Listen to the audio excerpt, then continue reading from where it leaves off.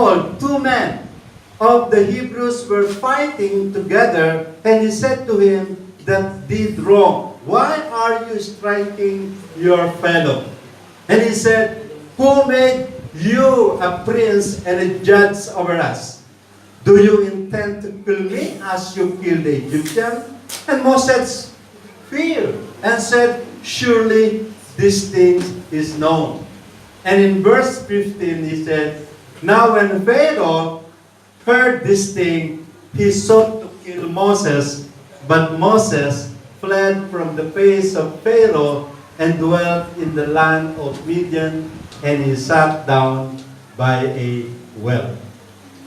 Oh, and then sa Acts chapter 7 verse 30, after all this suffering, after all these troubles that Moses had experienced, in Acts chapter 7 verse 30, he said, and when 40 years were expired, there appeared to him in the wilderness of Mount Sinai an angel of the Lord in a flame of fire in a bush.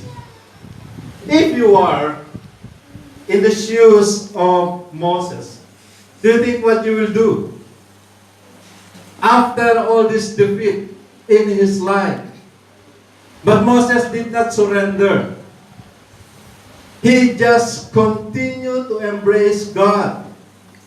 He just continued to ask God for help. What he needs to do. God has sent him in among the Israelites who are under slaves in Egypt. And the Israelites are working hard. They just work hard and to have food in their mouth. Hindi katulad nung yung magtatrabaho ka foreign, like abroad, you will get good salary. And that is why we want to work abroad. But these Israelites were in Egypt and were slaves. And they work hard. Mahirap. Hindi ka po pwede rin papatay-patay lamang ang trabaho mo doon. Papatayin ka ng mga sundalo ng king of Egypt. Subalit, God loves the Israelites. So He sent Moses there. And Moses, in spite of all the defeat that he has, he continued to show to the Israelites that I am here. God sent me here. Alam natin, in the previous, in the beginning of Exodus chapter, makikita natin how difficult the life of the young, newly born babies. The instruction to the people is to kill those boys that were born. Yun ang sa instruction to the midwife. Lahat na ipapanak dito na batang lalaki, kill them. Pero, nung pinanganak si Moses, nakita ng midwife, imagine, he just get born, and then when the midwife see this baby, he was like smiling. Sabi ng midwife, I cannot kill this boy. From there, you said that he was sent by God.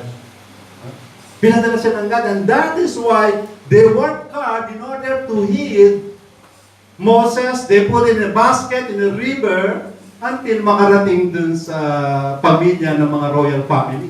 At dun siya inalagaan hanggang siya ay lumaki. So sabi rito sa Acts 7:30, after they crossed the Red Sea, after they crossed the Red Sea through Moses, nakita natin the armies of Pharaoh were after them. Talagang gusto silang patayin afterward. But the Lord is with the Israelites until they cross Red Sea in a dry land. We know that the Red Sea was parted into two, and there was a wall of water, and then in the middle, it is a dry land. The Israelites were able to move they were able to cross Red Sea and stayed in the wilderness for another 40 years. The problem when they were at the wilderness, you know how Israelites so much complain among them. Parang mga tayo ngayon, marami tayong complain. We complain and we complain and we complain. There is no satisfaction in our life. Punta tayo sa Cyprus. Sabi natin, nung bago tayo pumunta ng Cyprus, Lord, bigyan mo lang mo akong trabaho sa abroad. Kahit anong trabaho, gagawin ko. Para kumita lamang ako. So God gave you job in Cyprus. Now when you reach Cyprus, simula na yung complaint, binigyan ka ng pagkain, pasulya. Pasulya? Sabi mo hindi ka magko-complain. You said you don't complain. And then the next day, another pasulya, iba na namang klase pasulya, ang dami na yung complaint. Hindi tayo nalalayo sa mga Israelites. They complain too much. When they went in the wilderness, nagutom sila. Una pa lang, hiningi nila tubig. Ang sabi nila kay Moses, Moses, we need water. Eh wala silang mainom na tubig. Ang sabi ni Moses to the Lord, Lord, they are complaining, they are so thirsty and they need water. And then the Lord said to Moses, stuck your stick, yung hawak ni Moses, to that rock. And in that rock, lumabas yung sweet water, di ba? That's a miracle. In that rock, a miracle of sweet water came out from there. And then the Israelites were able to drink. Nung makainom na sila, complain na naman. We need food. Kailangan namin food.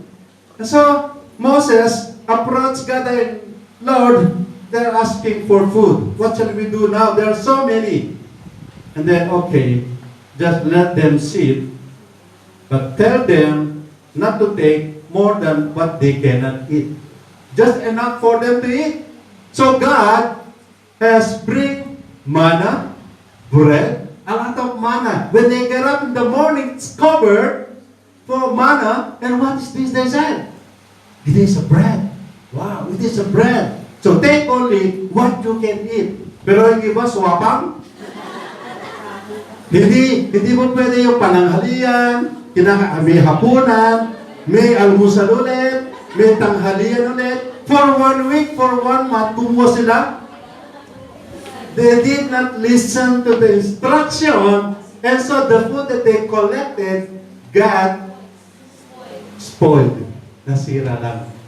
But they were given. But napansin ng iba, kumakain sila, bakit walang palaman?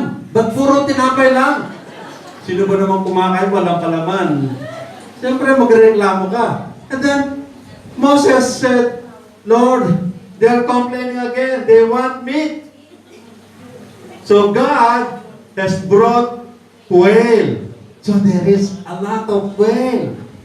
Siguro may adobo, may pinirito, may paksim, lahat ng klase ng quail.